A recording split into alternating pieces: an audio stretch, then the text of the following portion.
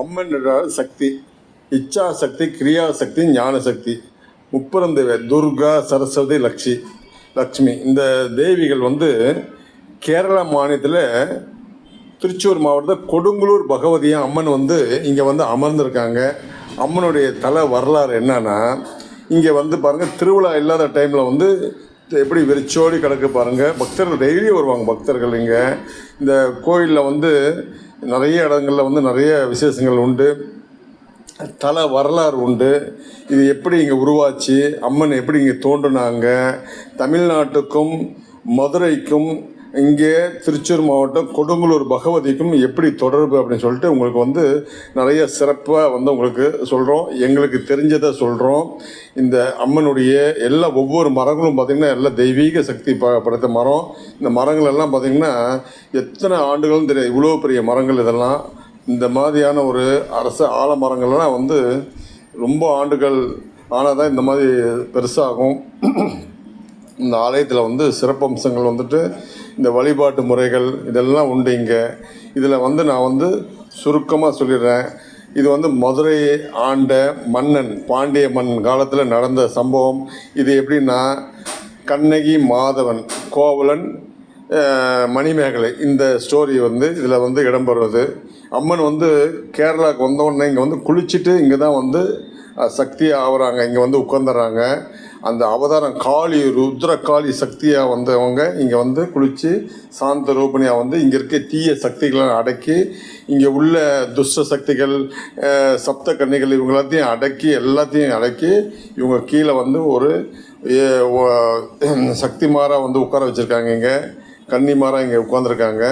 இந்த கோயில் உள்ள பிரகாரத்தில் உள்ள பாருங்க, மூல கருவறைக்கு பக்கத்துலேயே வந்து இந்த துஷ்ட சக்திகளெல்லாம் வந்து சக்தியாக வந்து உட்காந்துருக்காங்க. இங்கே அம்மனுடைய சிறப்பு வழிபாடு என்னென்னா, பரணி மாதத்தில் இங்கே வந்து சிறப்பாக செய்வாங்க. இங்கே மஞ்சள், குருமிளகு தான் வந்து வீசுவாங்க. இப்படி எப்படின்னா, பாண்டிய மன்னன் காலத்தில் வந்து கண்ணகி, மாதவி, கோவலன், மணிமேகலை இருந்தாங்க. இந்த அம்மா வந்துட்டு, கண்ணகி அம்மா வந்துட்டு இவரை வந்து வியாபாரத்துக்கு அனுப்புவாங்க. கோவலன் வியாபாரத்துக்கு போவார். வியாபாரத்துக்கு போயிட்டு அங்கெல்லாம் சம்பாரித்து அங்கே எல்லாத்தையும் வந்துட்டு நஷ்டம் ஏற்பட்டுரும். அங்கே மாதவி கூட தொடர்பு ஏற்பட்டு அவர் அங்கேயே வாழ்ந்தாரே. இந்த அம்மாவை மறந்துட்டாங்க. அப்போ அங்கே வந்து எல்லாம் மெய் மறந்து எல்லாம் நல்லா ஜாலியாக இருந்துட்டு ஒரு பெண் பிறக்குது. அவங்க தான் வந்து மணிமேகலை. அல்ல குறையாத அமுத சுரபியை வைத்திருக்க மணிமேகலை. அப்போ அந்த மணிமேகலை பிறக்காங்க, சிறப்பாக வாழ்ந்துட்டுருக்காங்க. திடீர்னு வந்து அவருக்கு தொழிலில் நஷ்டம்லாம் ஏற்படுது, நிறைய குடும்பத்தில் உள்ள பிரச்சனை ஏற்படுது. அப்போது இந்த மணிமேகலையை வந்து அந்த உள்ள ஒரு ராஜா வந்து என்ன பண்ணுறாரு, உள்ளூர் ராஜா வந்துட்டு உதயகுமார் அவர் பேர். அவர் வந்து இந்த அம்மாவை காதலிக்கிறாரு. எப்படின்னா, இவர் வேட்டைக்கு வரும்போது அந்த தோட்டத்தில் வந்து சிவபெருமானுக்காக பூ பறிக்க வந்திருப்பாங்க. பறிக்க வரும்போது அடிக்கடி குதிரையில் வரும்போது இவங்க ஓடி போய் ஒளிஞ்சிக்கிறாங்க. ஒளிஞ்ச உடனே அவர் பின்தொடர்ந்து வராங்க. அவங்க ஒரு பளிங்கு கல்லுள்ள போய் ஒளிஞ்சிக்கிறாங்க. அந்த கல் வந்துட்டு உள்ளே இருக்கவங்க வெளியே தெரிய மாட்டாங்க, ஆனால் வெளியே இருக்கவங்க யாருன்னு உள்ளே தெரியுவாங்க. அந்த மாதிரியான ஒரு சக்தி வாய்ந்த ஒரு இடம். அப்போது இவங்க யாருன்னா இறை சக்திக்காக பிறந்தவங்க. அப்போ அவங்களுக்கு வந்து ஒரு என்னன்னா, அந்த கொடுக்குற அன்ன சுரபியை வந்து அதை வந்து அவங்களுக்கு கொடுத்துருக்காங்க. இது ஏன்னா இந்த கதையில் வரும் பாருங்கள். எப்படின்னா, இந்த மாதவனுக்கும் கோவலனுக்கும் சண்டை வந்துடும். அப்போ வந்து பிரிஞ்சு வந்துடுறாரு, லாஸ் ஆகிட்டு. திருப்பி வந்து எல்லாம் இழந்த உடனே வந்துடுறாரு. எல்லாம் இழப்பு ஏற்படுது. அப்போ பெண்ணையும் பார்க்க முடியாது, அவங்களுக்கும் சரியாக இது பண்ண முடியல. அப்போது நேரம் வந்து கண்ணகி அம்மா வந்து வழி மீது விழி வைத்து பார்த்துருப்பாங்க. அந்த காலத்தில் வந்து பார்த்தாலே கருப்பு போய்டணும், அந்த மாதிரியான சக்தி வாய்ந்த நாள் அந்த காலங்களில். அப்போ அம்மன் வந்து அவ்வளோ சக்தியாக வந்து காத்துட்ருக்காங்க. அந்த அம்மா வந்தோடனே, அவர் கணவர் வந்தோடனே இப்படி ஆயிடுச்சுன்னொடனே வருத்தப்படாதீங்க, நான் இருக்கேன்னு சொல்லி அவர்களை வந்து நல்லா குளிக்க வச்சு உணவு பரிமாறி எல்லாம் சாப்பிட வச்சு அவங்க என்ன பண்ணாங்க, காலில் இருந்த அந்த மாணிக்க கற்கள் பறிக்கப்பட்ட அந்த சிலம்பை கொடுக்குறாங்க. நீங்கள் இதை கொண்டு போய் ஒரு சிலம்பை கொண்டு போய் விற்று நீங்கள் வந்து வியாபாரம் பண்ணுங்க அப்படின்னு சொல்லி அனுப்புகிறாங்க. அப்போ போகும்போது அந்த பாண்டிய மன்னனுடைய அரண்மனையில் அந்த ராணியோடைய சிலம்பு வந்துட்டு ஒரு ரிப்பேர் ஆகிடுது. அதை வந்து ரிப்பேர் கொடுத்து அனுப்பும்போது இவர் வந்து விற்க கொண்டு போகும்போது இந்த சிலம்பை அந்த வியாபாரி, இந்த ரிப்பேர் ஆச்சாரியர் இருக்கான, அவன் வந்து என்ன பண்ணுறாருன்னா, இந்த ரெண்டும் ஒரே மாதிரி இருக்குது, இது எப்படி உனக்கு கேதுன்னா என்னுடைய மனைவினா அவர் நம்ப மாட்டேன்றாரு. அப்போது இவர் அந்த சிலம்பை திருடி வச்சுட்டு அங்கே அரண்மனை சொல்கிற இந்த மாதிரி இந்த சிலம்பு வந்துட்டு இது திருட்டு போயிடுச்சு, இது பாருங்கள் இது உங்களுக்கு அப்படின்னு சொல்லி அதை திருடி வச்சிடறாரு. அப்போது பாண்டிய மன்னன் நீ திருடன், இந்த நாட்டில் வந்து திருடனே கிடையாது, நீ திருடனாக இருக்குன்னு சொல்லி அவரை வந்து தலையை துண்டு பண்ணிடுறாங்க. எதையுமே விசாரிக்காத பண்ணிட்டாங்க. அதனால் வந்து ஒரு பக்கமாக ரெண்டு பக்கமும் ஆராய்ந்து அப்புறமா வந்து நீதி கொடுக்கணும்னு சொல்லி அப்போ அந்த காலத்துலேயே வந்து இருந்திருக்கு. அப்போது கண்ணகி அம்மாவுக்கு யாரோ தகவல் கொடுத்துட்றாங்க, இந்த மாதிரி வந்து உங்களுடைய கணவருக்கு வந்து தலை துண்டிக்கப்பட்டு அவர் விழுந்து விட்டாருன்னொன்னே உடனே மரணம் கோபத்தில் வந்து அந்த அம்மா என்ன பண்ண அவங்களுடைய சிலம்பை எடுத்துக்கிட்டு நேராக வராங்க. வந்து பாண்டிய மன்னா, என்னுடைய கணவர் வந்து திருடர் அல்ல, கல்வர் அல்ல, நீ தவறாக நீதி கூறிவிட்டாய், இது பாரு என்னுடைய சிலம்பு, உனக்கு ஏது சிலம்புன்னு கேட்குறாரு. கேட்கும் போது இது என்னுடைய சிலம்பு, உன்னுடைய சிலம்பில் என்ன இருக்குன்னு கேட்குறாரு. என் சிலம்பில் வந்து வைரம் முத்து இருக்குது அப்படின்றாரு. அப்போ என்னுடைய சிலம்பில் வந்து மாணிக்க கற்கள் இருக்குன்றாங்க கண்ணகி அம்மா. உடனே என்ன பண்ணுறாங்கன்னா அந்த சிலம்பை வந்து தூக்கி அடிக்கிறாங்க. அடித்தா நெருப்பாக அப்படியே எரியுது, அப்படியே எல்லாமே வந்து மாணிக்கக்கல்லை வந்து வெளியே கொட்டுது. உடனே வந்து நீதி தவறிய பாண்டிய மன்னா, உன்னுடைய மதுரை மண்ணோட மண்ணாக எரிஞ்சு சாம்பலாகட்டும், எரிஞ்சு போட்டுன்னு சொல்லி சாப்பிட்றாங்க. சாப்பிட்டோன்னே அந்த மன்னன் நான் நீதி தவறிட்டேனேன்னு சொல்லிட்டு என்ன பண்ணுறாருன்னா உயிர் விட்டுறாரு. அப்போது தீர ஆராய்ச்சி பண்ணாத நான் பண்ணிட்டேனே, நீதி தவறிட்டேனே அப்படின்னு சொல்லி விட்ட உடனே இந்த அம்மா தன்னுடைய கணவனை போய் பார்க்குறாங்க. தலை துடிக்கப்பட்டு அவங்க ஆத்திரத்தில் இருந்து எரிஞ்சு போட்டுன்னு சொல்லிட்டு அந்த ஊரை விட்டே கிளம்புறாங்க. அவங்களுக்கு இருக்கவே பிடிக்கல அந்த ஊரை. இருக்கப்படியே அப்படியே நேராக வந்து தேனி மாவட்டத்துக்கு வராங்க. தேனியிலேருந்து வந்து அப்படியே நேராக கீழே இறங்கி வராங்க. எங்கேயுமே இருக்கிற பாலக்காடுக்கு வராங்க. பாலக்காட்டில் வந்து அங்கே தவம் பண்ணுறாங்க. எங்கேயுமே பிடிக்கல அவங்களுக்கு. நேராக வராங்க.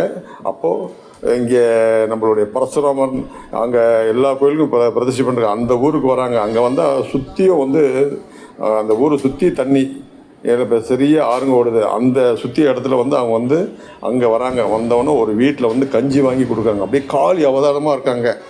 அப்படியே வந்து கஞ்சி வாங்கி குடிச்சிட்டு என்னை தேடி நீ வராத, நீ கூப்பிடும்போது நான் வரேன்னு சொல்லிட்டு வராங்க.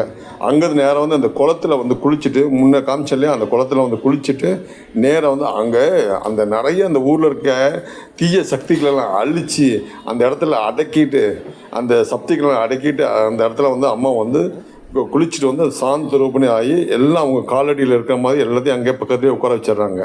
உட்கார வச்சுட்டு அவங்களும் வந்து ஆதி சக்தியாக மாறுறாங்க. அங்கே வந்து பலிப்பீடம், அங்கே வந்து பலியெல்லாம் கொடுக்குறதில்ல. அம்மா வந்த பிறகு பலியெல்லாம் கொடுக்குறாங்க. ஏன்னா அந்த காளி ரூபத்துக்கு வேறு இடத்துல பலி கொடுப்பாங்க அந்த பலியில். இங்கே இப்போ வந்து அம்மா சுத்தமாக சாந்த ரூபம் வந்தோம்னா யாரும் பலி கொடுக்கக்கூடாதுன்னு சொல்லி பூஜை பண்ணாங்க. அம்மாவுக்கு வந்து வருடத்தில் ஒரு தடவை வந்து பரணி நட்சத்திரம் வரும் ஏப்ரல் மாதத்தில். அந்த ஏப்ரல் மாதத்தில் அவங்களுக்கு வந்து இந்த மார்ச் ஏப்ரலில் வரும். அப்போ வந்து பரணி நட்சத்திரம் வரும்போது அவங்களுக்கு வந்து மஞ்சள் குருமிளகை வந்து கையில் நிறைய எடுத்து அம்மாவுக்கு மேலே போடுவாங்க. கோயில் மேலே எல்லாம் போடுவாங்க. போட்டால் என்ன ஆகும்னா நமக்கு கஷ்டங்கள், துன்பங்கள், செய்வினை, சூனியம், பில்லி, ஏவல் எல்லாமே விளைக்கிடும். இதுதான் அதோடைய அர்த்தம். அப்போ இந்த கோயிலில் வந்து சிறப்பான அம்சம் என்னென்னா, கோயில் அம்மன் வந்து கோபத்தில் எப்படி வந்தாங்க, அந்த கத்தியை வெட்டிட்டு வந்தாங்க, எல்லாத்தையும் அழிச்சாங்க இல்லையா, அந்த சிலம்போட எல்லா பக்தர்களும் வந்து அருள் வந்து அம்மாவுடைய சக்தி வந்து எல்லாருக்கும் இறங்கி அவங்க சில பக்தர்கள் எல்லாம் ஆடிட்டு வருவாங்க. கேரளா முழுவதும் இருக்கும், தமிழ்நாட்டில் இருந்தால் நிறையா வராங்க, ஊர்லேருந்து வராங்க, இப்போ நிறைய இந்தியா ஃபுல்லாக வராங்க. சிறப்புமிக்க ஒரு ஆலயமாக இந்த அம்மனுடைய ஆலயம். அப்போது இங்கே வந்துடுறாங்க. இங்கே வந்த உடனே கொடுங்கூர் பகவதியா அம்மன் வந்து இங்கே உட்காந்து சிறப்பாக வந்து எல்லாருக்கும் அருள் பாவிக்கிறாங்க. நம்முடைய தென்னாட்டுடைய சிவன் எந்நாட்டு இறைவாக போட்டின்ற மாதிரி இங்கே நம்ம தென்னாட்டில் வந்து அம்மா உட்காந்து நல்லா சிறப்பாக இருக்காங்க. எல்லாம் செழிப்பாக இருக்குது.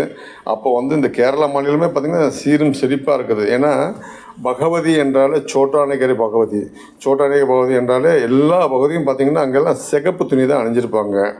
அப்போ இந்த துணியை அணிஞ்ச உடனே இந்த அம்மன் வந்து இங்கே வந்து உட்கார்ந்த உடனே எல்லாருக்கும் நல்ல அருள் பாவிக்கிறா. இங்கே வந்து வேண்டுனாவே எல்லா துன்பங்களும் விலகிடும், கஷ்டங்கள் நீங்கிடும். இங்கே அந்த ஒரு சக்தி உண்டு. இங்கே இந்த தவிடு எடுத்து போடுவாங்க அம்மனுக்கு. இங்கே ஒரு இடத்துல தவிடு போடுவாங்க. அந்த மாதிரி ஒரு பூஜைகள் நடக்கும். கோயிலை சுற்றி வர்றது எத்தனையோ ஏக்கர். இந்த கோயில் சுற்றி வரும்போது இந்த திருவிழா நடக்கும் பாருங்கள். ஒரு இடத்துல வந்து அம்மா வந்து ஆடு கோழியெல்லாம் பலியிடுவாங்க. ஏகப்பட்ட ஆடு கோழி விடுவாங்க. நிறைய பேர் வந்து தலையை வந்து வெட்டிக்குவாங்க. தலையை வெட்டிட்டு பூஜை பண்ணுவாங்க பாருங்கள். இப்போ எல்லோரும் உலா வராங்க. இப்போ வந்து இது வந்து திருவிழா இல்லாத டைமில் எடுக்கப்பட்ட வீடியோ. அது 1 மாதத்துக்கு முன்பு எடுப்பேன். எல்லாரும் வேண்டிட்டு ஒவ்வொருத்தரும் என்னுடைய குறைகள் தீரணும். ஒருத்தர் வந்து வேலை இல்லைன்னுவாங்க, வேலை கிடைக்கணும்னு வேண்டுவாங்க. ஒருத்தர் வந்து எனக்கு குழந்தை பாக்கியலன்னு வேண்டுவாங்க. ஒருத்தர் திருமணம் ஆகலைன்னு வேண்டுவாங்க. ஒருத்தர் நான் கார் வாங்கணும்னு வேண்டுவாங்க. ஒருத்தர் வீடு கட்டணும்னு வேண்டுவாங்க. ஒருத்தர் வந்து நான் பூமி வாங்கணும்னு வேண்டுவாங்க. எனக்கு தீய சக்தியில் எனக்கு வந்து மனநிலை பாதிக்கப்படுதுன்னு வந்து வேண்டுவாங்க. அப்போ என் குடும்பத்தில் யாராவது வந்து நடக்க முடியாத இருக்காங்க, அவங்க சரியாகணும்னு வேண்டுவாங்க. நிறையா வந்து இந்த பில்லி, சூனியம், மந்திரம், ஏவல், மாந்திரிகம் அதில் பாதிக்கப்பட்டிருந்தால் இங்கே நிறையா வருவாங்க. வந்து இங்கே பூஜை பண்ணி போவாங்க. இந்த மாதிரி சிறப்பான ஒரு இடம் பாருங்கள். எல்லாருக்கும் சுற்றி மெழுகு, மஞ்சள் சுற்றி எல்லாருக்கும் அங்கே வந்து அம்மன் கிட்ட வந்து அங்கே போடுறாங்க. அப்புறம் உள்ளே போடுறாங்க பாருங்கள்.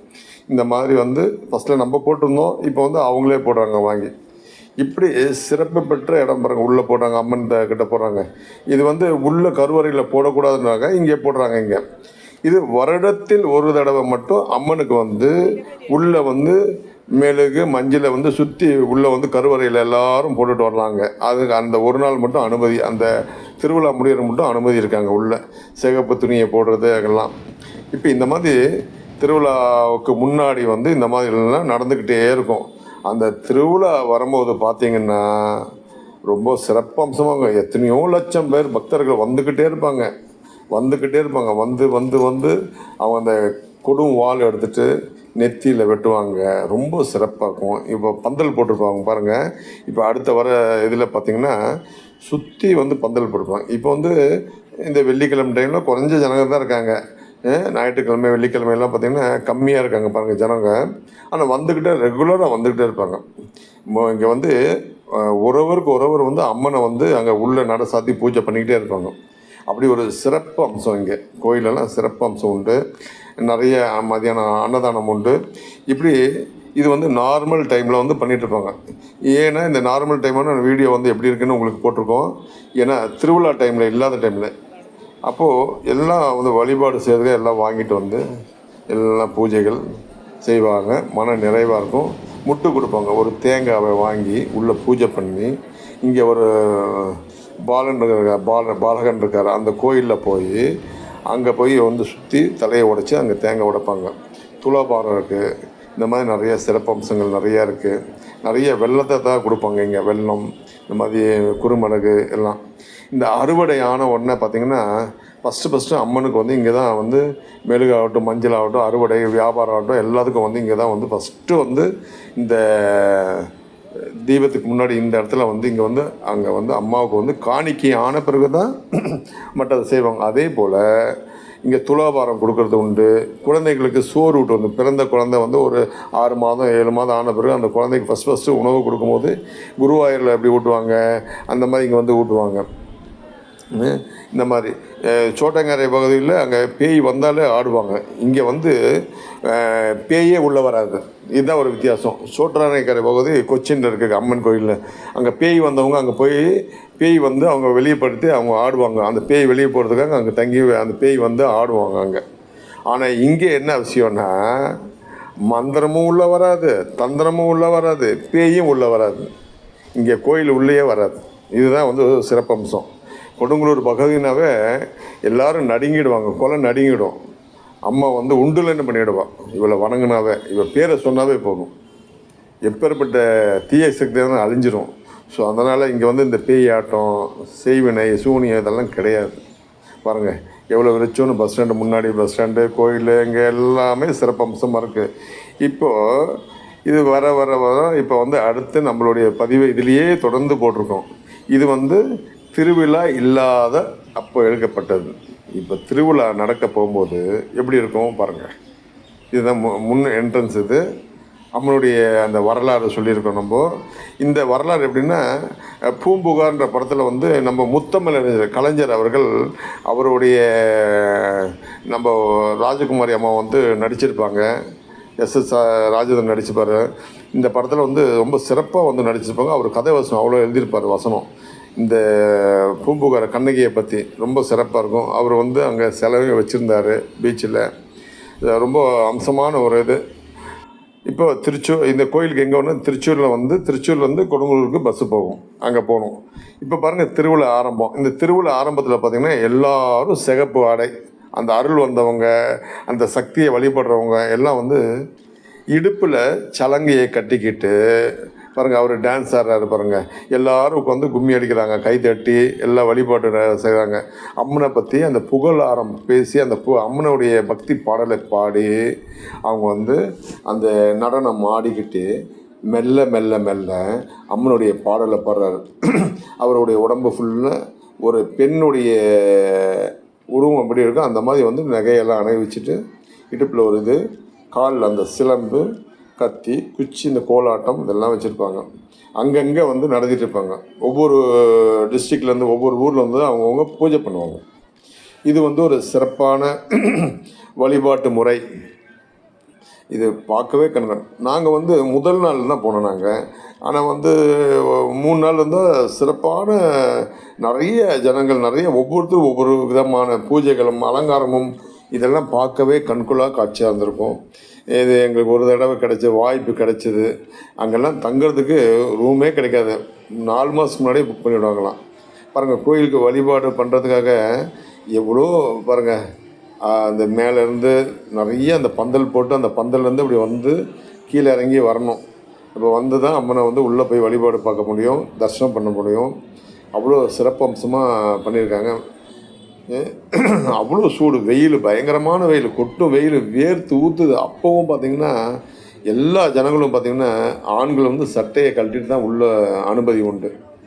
பெண்கள் அப்படியே போகலாம், ஆண்களுக்கு மட்டும்தான் சட்டை கழட்டணும். பாருங்கள் எவ்வளோ ஜனம் நிற்கிறாங்க. இது பந்தல், இந்த பாருங்கள் ஓலை போட்டிருக்காங்க. இந்த பந்தலில் நிறைய பக்த கொடிகள் தமிழ்நாடு, ஆந்திரா, இந்தியா ஃபுல்லாருந்து வந்திருக்காங்க. ஆனால் ஒருத்தர் கூட கர்நாடகாவிலேருந்து ஒருத்தர் கூட மிஸ் பண்ண, எல்லோரும் வந்துடுவாங்க. அது கேரளாவிலேருந்து எல்லோரும் வந்து, கர்நாடகாவில் நிறைய, ஆந்திராவில் நிறைய பேர் வராங்க. பயங்கர சக்தி.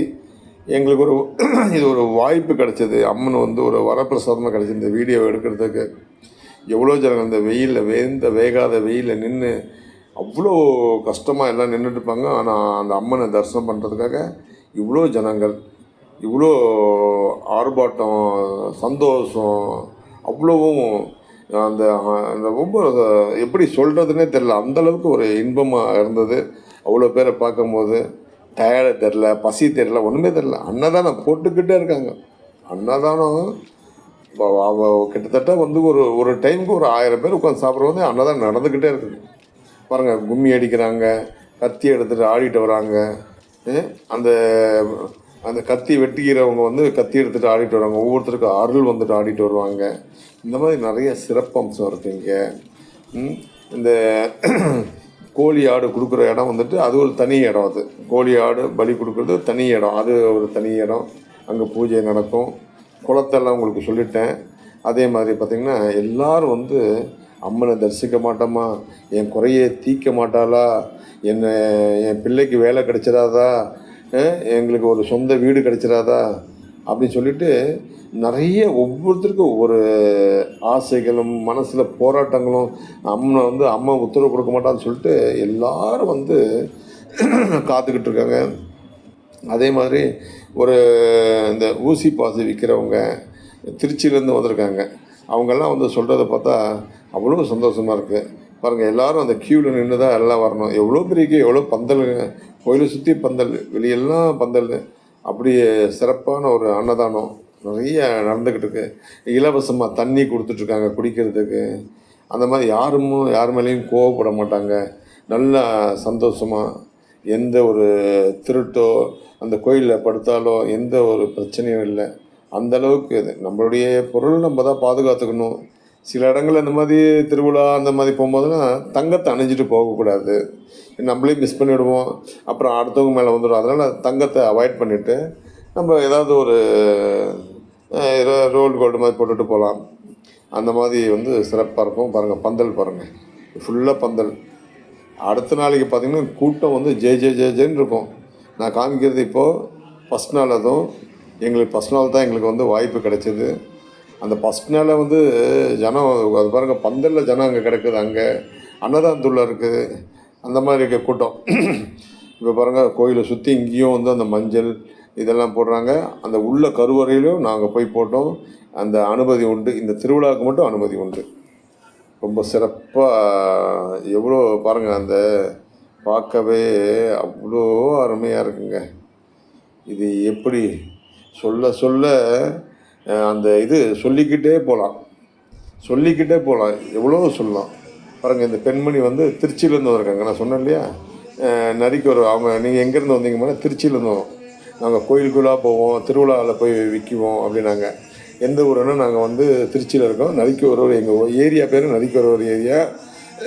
சந்தோஷமாக இருக்கும். இங்கே வந்தோம், நல்லா 3 வேளை அன்னதானம் கிடைக்கிது, சாப்பிடுவோம், வியாபாரம் பண்ணிட்டு அருமையாக போவோம் நாங்கள். அந்த மாதிரி இந்த காசியில் ஒரு பொண்ணு வந்து இது கும்பமேளாவில் வந்து மோனலிசான்னு சொல்லி வந்தாங்க இல்லைங்களா, நரிக்கிற எல்லாம் இவங்களுடைய இனம் தான் அப்படின்னு சொன்னாங்க. ஒரு அம்மா பாருங்கள், மெய் மறந்து தன் மேலே அந்த அருள் சக்தி ஏறி அவங்க மெய் மறந்து அப்படியே உட்காந்துருக்காங்க. அப்படியே இவங்கெல்லாம் வந்து சபரிமலையில் ஒரு மோளம் அடிப்பாங்க பார்த்திங்கன்னா, அந்த மாதிரி இவங்க இங்கே மோளம் அடிச்சுட்டு ஒவ்வொருத்துக்கும் அந்த ஏதோ ஒரு மந்திரத்தை சொல்லி அடிப்பாங்க. இது வந்து தலைமுறையாக நடக்கிற வழிபாடு. இப்போது சபரிமலைக்கு ஐயப்பா இருமுடி கட்டுற மாதிரி இங்கே வந்து இருமுடி கட்டி வராங்க வெள்ளை இது துணியில். இப்போ அந்த அருள் வந்தவர் வந்து இடுப்பில் சலங்கை, அம்மன் எப்படி வேடாட்டு இருந்தாங்க, இடுப்பில் சலங்கை, காலில் சலங்கை, அம்மனுடைய சக்தி எப்படி இருக்கும், வாள் அந்த மாதிரி இருக்கும் இல்லையா, கொடு வாள், அந்த கொடு வாளை எடுத்துக்கிட்டு அப்படியே வருவாங்க. இந்த வாளே ஒரு வித்தியாசமாக இருக்கும் பாருங்கள். நீங்கள் பெரிய அருவாவை பார்த்துருப்பீங்க, ஐயனார் கோயிலில் பெரிய அருவா இருக்கும். இந்த கோயில் அம்மனுடைய சக்தி எப்படின்னா, எல்லா கோயிலையும் அம்மன் சக்தி வந்து அருவாள் நீட்டமாக இருக்கும். ஆனால் இங்கே வந்து அந்த வாளுடைய இதே வந்து அம்மனுக்கு வந்து டிஃப்ரெண்ட்டாக இருக்கும். உலகத்தில் எந்த கோயிலையும் இருக்காது இந்த வாள், இங்கே மட்டும்தான் இருக்கும். பாருங்கள், சூளம் கையில் வச்சுருக்காரு. இங்கே சிவபெருமான் வந்து அம்மனை வந்து இங்கே ஆசீர்வாதம் பண்ணி சிவபெருமான் பக்கத்துலேயே வந்து அம்மனை வந்து உட்கார வச்சுருக்காரு. இது பரசுராமன் தான் வந்து இந்த கோயிலை வந்து கட்டினது. பரசுராமன் பாருங்கள், எவ்வளோ அருள் வந்து எவ்வளோ ஆனந்தமாக அவங்க நடனம் ஆடிட்டுருக்காங்க. அந்த பெண்மணி தன்னை மறந்து எவ்வளோ ஜனங்கள் பக்தர்கள் இருக்காங்க, எதுவுமே தெரியாது, அவங்க பாட்டுக்கு நடனம் ஆடிட்டு அருள் வந்து அவங்க ஏதோ வாக்கு சொல்லிட்டு ஆடுறாங்க. இந்த ஐயா பாருங்கள், ஆண் அந்த அருள் வந்து சிகப்பு துணி இதெல்லாம் கட்டிட்டு தலையில் வந்து எவ்வளோ வெட்டியிருக்காரு, அவ்வளோ ரத்தம் வருது பாருங்கள், எவ்வளோ ரத்தம் வருது. அவருடைய உடம்பு எவ்வளோ மெலிவாக, அந்த தெய்வத்துடைய சக்தி, அந்த ரத்த காவு அதை கொடுக்குறாங்க. இது பார்க்க ரொம்ப எப்படிங்க, அதெல்லாம் நீங்கள் நேரில் பார்த்தா தான் உங்களுக்கெல்லாம் அது தெரியும். தலையை வெட்டிக்கிறாரு பாருங்கள், ஆடி ஆடி வந்து. இதுதான் கோயிலுடைய இது. கோயிலை சுற்றி ஆடிட்டு இருப்பாங்க. இங்கே பாருங்கள், கோயிலை சுற்றி ஆடிட்டு இருப்பாங்க. இது நம்மளுடைய கஷ்டத்தை போக்கக்கூடிய இடமா இருக்கும் இந்த கோயில்களெல்லாம், ஆலயங்களெல்லாம், சிறப்பு வழிபாடுகளெல்லாம். இங்கெல்லாம் வந்துட்டு இந்த 100 ரூபா கொடுத்தா 500 ரூபா கொடுத்தா அந்த மாதிரி டிக்கெட்டெல்லாம் கிடையாதுங்க. எல்லோரும் சரி சமமே. கொடுங்கலூர் அம்மா கோயில் என்ன தெரியுங்களா விசேஷம், ஸ்பெஷல் தரிசனமே கிடையாது இங்கெல்லாம். ஸ்பெஷல் தரிசனம், நான் விஐபி, நான் வந்து பெரிய அதிகாரினெல்லாம் இங்கே கிடையாது. எல்லோரும் ஒரே க்யூவில் தான் வரணும், ஒரே க்யூவில் தான் போய் உள்ளே போய் அம்மாவை வந்து ஏற்றத்தாழ்வு இங்கே தரிசனம் பண்ண முடியும். நான் ஜாதி மதம் பேதம்லாம் இங்கே கிடையவே கிடையாது. இங்கே எல்லோரும் ஒன்று தான் இங்கே அம்மா கிட்ட. இதுதான் வந்து ஒரு சிறப்பான இது. இந்த மாதிரி எங்கேயுமே கிடையாது, எந்த கோயிலையும் கிடையாது. எல்லாத்தையும் இப்போ இது சிறப்பு தரிசனம் இருக்கும், 500 ரூபா டிக்கெட் இருக்கும், 100 ரூபா டிக்கெட் இருக்கும், 50 ரூபா டிக்கெட் இருக்கும். ஆனால் இங்கே வந்து 1 ரூபா கூட கிடையாது. எல்லோரும் நேரடியாக போய் தரிசனம் பண்ணணும். நெய் வாங்கி கொடுக்கலாம், நம்ம வேண்டுதலுக்கு நெய் வாங்கி அங்கே கொடுக்கலாம். நிறைய பெப்பர், குருமகளுக்கு மஞ்சள் கொடுக்கலாம். அந்த வாள் சிலம்பு அங்கே வச்சுருப்பாங்க, அதை வாங்கிட்டு போய் அம்மாவுக்கு வந்து அங்கே வந்து நேர்த்திக்கடன் செய்யலாம். சிகப்பு துணியை வந்து அங்கே ஆடையாக போடலாம். இந்த மாதிரி நிறைய வேண்டுதல்கள் இருக்குது. பாருங்கள், அந்த அம்மா எவ்வளோ நேரம் நின்றுருக்கேன். நானும் வந்து ஒரு ஹவராக வீடியோ எடுக்கிறேன், நிறைய எடிட் பண்ணியிருக்கேன். அந்த அம்மா வந்து எவ்வளோ நேரம் வந்து மெய் மறந்து அந்த அம்மா வந்து அங்கே அருள் பாதிச்சிருக்காங்க. அந்த அம்மா மேலே ஒரு சக்தி, அந்த அம்மாவுடைய அருள் அந்த அம்மாவுக்கு கிடச்சிருக்கு. எவ்வளோ ஆனந்தமாக இருக்காங்க. இங்கே பாருங்கள், எவ்வளோ பேர் ஆட்டம் போட்டுட்டு வராங்க. அந்த தெய்வத்துடைய சக்தி எவ்வளோ பேர் அந்த ஆவேசமாக அந்த தலையை வெட்டிக்கிட்டு ஓடி வராங்க, கோயிலை நோக்கி ஓடி வராங்க. எல்லாத்தையும் இழுக்கிற அந்த அம்மா அப்படியே வசியமாக அப்படியே இழுக்கிற, சர்வ ஜனத்தையும் அப்படியே இழுக்கிறா பாருங்கள். அந்த நாள் வந்துட்டால் எங்கெங்கே இருந்தாலும் அவங்களாம் நடக்க முடியாதுன்னா கூட ஓடி வந்துடுவாங்க. அந்த மாதிரி ஒரு சிறப்பான ஒரு இடம் பாருங்கள். வியாபாரத்துக்கு நிறைய பேர் வந்திருக்காங்க, எல்லா வெளியூர்லேருந்தும் வந்திருக்காங்க. நம்ம சாப்பிடக்கூடிய மிச்சர், பொரி, கடலை மிச்சர், ஸ்வீட்டுங்கன்னு சொல்லி ஏகப்பட்ட ஐட்டம் இந்த திருவிழாவில்.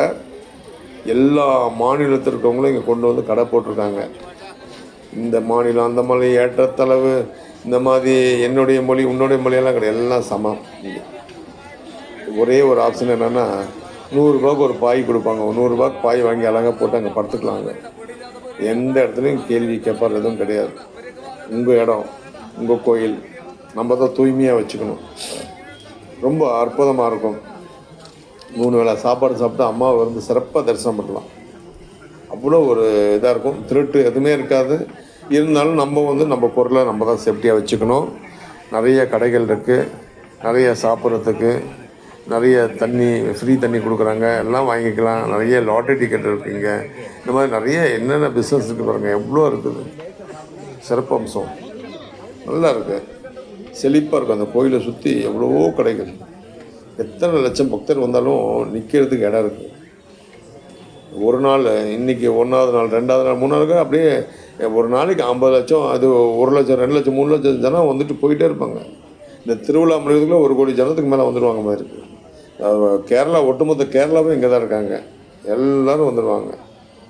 இந்த கோயிலில் வந்து எல்லா மக்களும் நான் பார்க்குறேன். நான் எல்லா மக்களும் பார்க்குறேன். இங்கே எல்லா ஜாதி மக்களும் பார்க்குறேன். எல்லாம் இந்து, முஸ்லீம், கிறிஸ்டின் எல்லோரும் வந்துடுறாங்க. எல்லா ஜனங்களும் இங்கே வந்து எல்லாம் வருவாங்க, எல்லாம் வியாபாரம் பண்ணுவாங்க, பிஸ்னஸ் பண்ணுவாங்க, எல்லாம் சிரிப்பாக இருக்கும். இந்த பெண்ணு சொல்கிறாங்க, நாங்கள் திருச்சியில் இருக்கோம், தைரியமாக வந்து பிஸ்னஸ் பண்ணுறோம், நல்லா சம்பாதிச்சுட்டு போகிறோம், சிறப்பாக இருக்கும். வந்து 3 வேளை அன்னதானம் சாப்பிட்றோம், தங்குவோம், எங்களுக்கு எந்த பாதிப்பும் கிடையாது அப்படின்றாங்க. பாருங்கள், இந்த அம்மா அப்போ காமிச்சனே, அப்படியே அருள் வந்து மெய் மறந்து தன்னையே மறந்து அப்படியே விளைச்சி போய் பிரமிப்பாக உட்காந்துருக்காங்க அந்த அம்மா. அந்த சக்தி அப்படியே ஆனந்தமாக அந்த அம்மா மேலே வந்து இறங்கியிருக்கு. அதே மாதிரி இந்த 2 கல் இருக்கும் இங்கே, பலி பீடம்னு. இங்கே தான் வந்து ஃபஸ்ட்டு ஆடு கோழியெல்லாம் வெட்டியிருக்காங்க. அம்மனுடைய உத்தரவு, ஆதிசக்தி ஆடணும், சுத்த பூஜை மட்டும்தான் இங்கே நடக்கும். அப்போ இந்த துணியை, அந்த பலிப்பீடத்தை வந்து எல்லோரும் வந்து இந்த சிகப்பு துணியை போட்டு மறைப்பாங்க.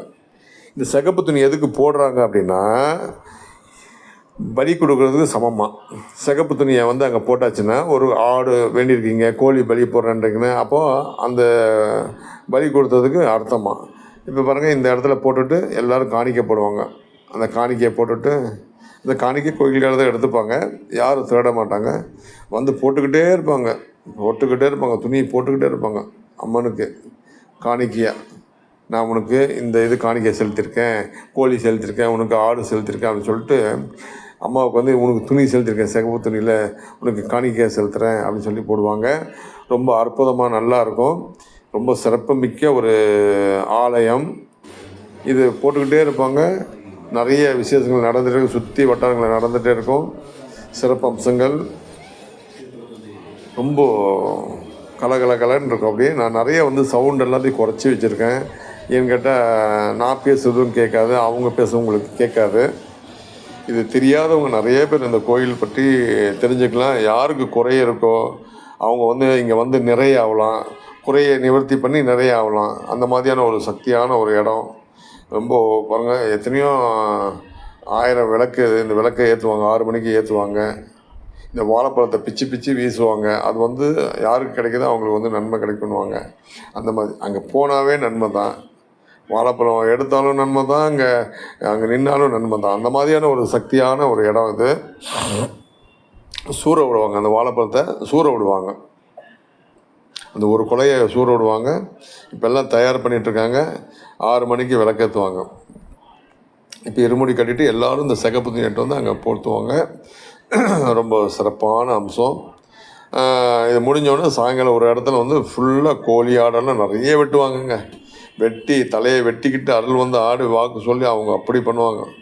சிறப்பம்சம் ஏற்கனவே வீடியோ போட்டிருக்கேன், நான் அந்த பலி கொடுக்குற இடம்லாம் போட்டிருக்கேன். பார்க்காதவங்க பாருங்கள். இந்த கோயிலில் மட்டும் நீங்கள் ஒரு தடவை வந்து கால் வச்சிங்கன்னு வச்சிங்களேன், உங்களுக்கு என்ன மாதிரியான துன்பங்கள்லாம் விலகி இன்பமே நடக்கும். எந்த ஒரு மன சஞ்சலிப்பும் இருக்காது, எல்லாமே விளைக்கிடும், எல்லாம் விளைக்கிடும். இன்னும் பாருங்கள் எவ்வளோ ஜனம் நின்று இருக்குது பாருங்கள். இங்கே வந்து அன்னதானம் போடுறாங்க. இந்த அன்னதானத்துக்கு வந்துட்டு அன்னதானம் சிறப்பாக இருக்குது. ஸ்வீட்டு நல்ல நிம்மதியாக நல்ல அருமையான சாப்பாடு.